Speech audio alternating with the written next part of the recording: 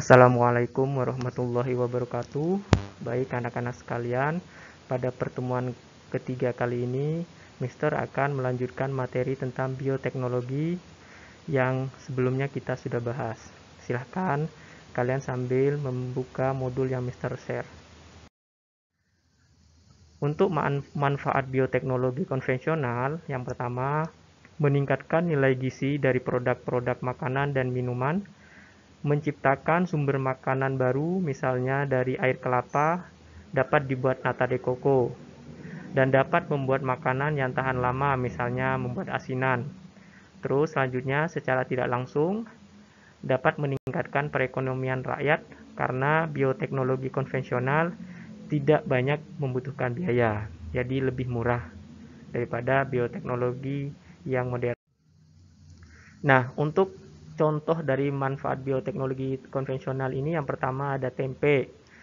Di sini ada cara pembuatan tempe. Dalam pembuatan tempe ini diperlukan bahan dasarnya yakni kedelai dan ragi. Ragi ini merupakan kumpulan spora mikroorganisme. Dalam hal ini kapang yang digunakan. Dalam proses pembuatan tempe paling sedikit diperlukan 4 jenis kapang dari genus Rhizopus, yaitu Rhizopus oligosporus, Rhizopus tolonifer, Rhizopus arisus, dan Rhizopus oryzae. Miselium dari kapang tersebut akan mengikat keping-keping biji kedelai dan memfermentasikannya menjadi produk tempe. Selanjutnya adalah konvensional dalam manfaat pembuatan tape. Tape dibuat dari bahan dasar ketela pohon dengan menggunakan sel-sel ragi. Ragi menghasilkan enzim yang dapat mengubah zat tepung menjadi produk yang berupa gula dan alkohol.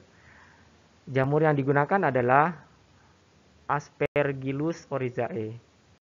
Selanjutnya, manfaat dalam pembuatan kecap. Seperti kalian ketahui, kecap yang kita konsumsi dalam kita biasanya makan bakso ataupun makan makanan yang berkuah ya. Nah, kecap ini diperlukan jamur yakni Aspergillus oryzae yang dibiakkan pada kulit gandum terlebih dahulu. Jamur Aspergillus oryzae bersama-sama dengan bakteri asam laktat yang tumbuh pada kedelai yang telah dimasak menghancurkan campuran gandum.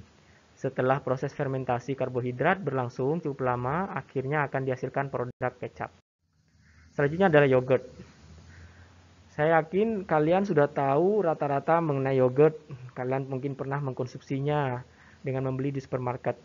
Nah, yogurt itu sebenarnya proses pembuatannya terbuat dari susu yang dipasteurisasi terlebih dahulu. Selanjutnya, sebagian besar lemak dibuang. Mikroorganisme yang berperan dalam pembuatan yogurt yaitu Lactobacillus bulgaricus dan Streptococcus thermophilus.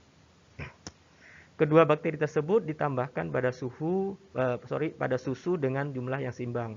Selanjutnya disimpan selama kurang lebih 5 jam pada temperatur 45 derajat Celcius. Selama penyimpanan tersebut, pH akan turun menjadi 4,0 sebagai akibat dari kegiatan bakteri asam laktat. Selanjutnya susu didinginkan dan dapat diberi cita rasa. Sehingga ada rasa yogurt, rasa stroberi, rasa melon, dan lain-lainnya. Selanjutnya adalah keju.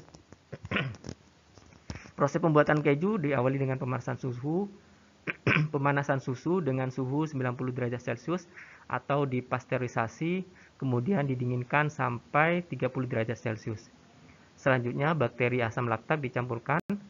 Akibat dari kegiatan bakteri tersebut, pH menurun dan susu terpisah menjadi cairan whey dan dadih padat. Kemudian ditambahkan enzim renin dari lambung sapi muda untuk mengumpulkan dadih. Enzim renin dewasa ini telah digantikan dengan enzim buatan yaitu klimosin. Dadih yang terbentuk selanjutnya dipanaskan pada temperatur 32 derajat Celcius sampai 42 derajat Celcius dan ditambahkan garam. Kemudian ditekan untuk membuang air dan disimpan agar matang. Selanjutnya adalah mentega. Mentega menggunakan mikroorganisme Streptococcus lactis dan Lectonostoceremoris Bakteri-bakteri tersebut membentuk proses pengasaman. Selanjutnya, susu diberi cita rasa tertentu dan lemak mentega dipisahkan. Kemudian, lemak mentega diaduk untuk menghasilkan mentega yang siap dimakan. Selanjutnya adalah manfaat bioteknologi yang modern. Di sini ada rekayasa genetika. Mungkin kalian kemarin sudah baca modul mengenai rekayasa genetika. Apa itu rekayasa genetika?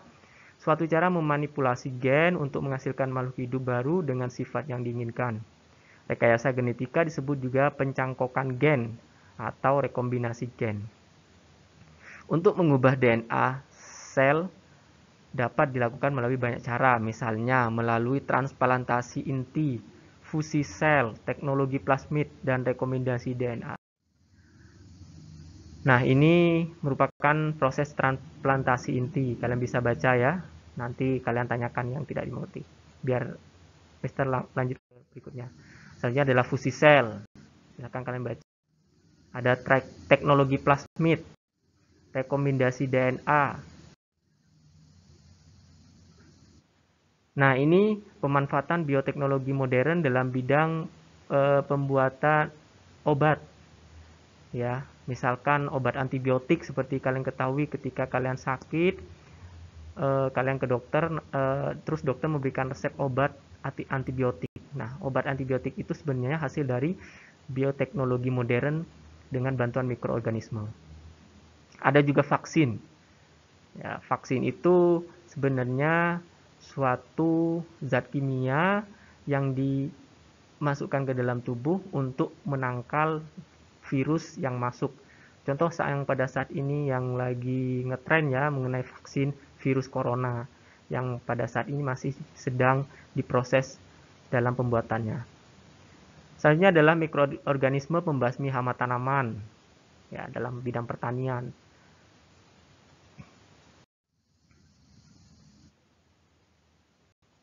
Nah, ini juga mikroorganisme pengolah limbah. Yang ini bioteknologi dengan menggunakan kultur jaringan. Ini bioteknologi dengan menggunakan rekayasa genetik.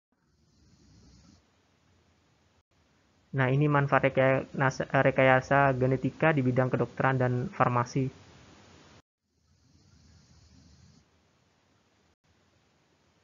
Ini juga sama. Ini di bidang peternakan dan pertanian.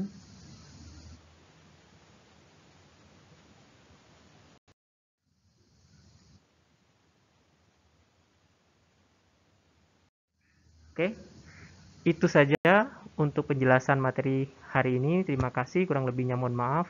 Wassalamualaikum warahmatullahi wabarakatuh.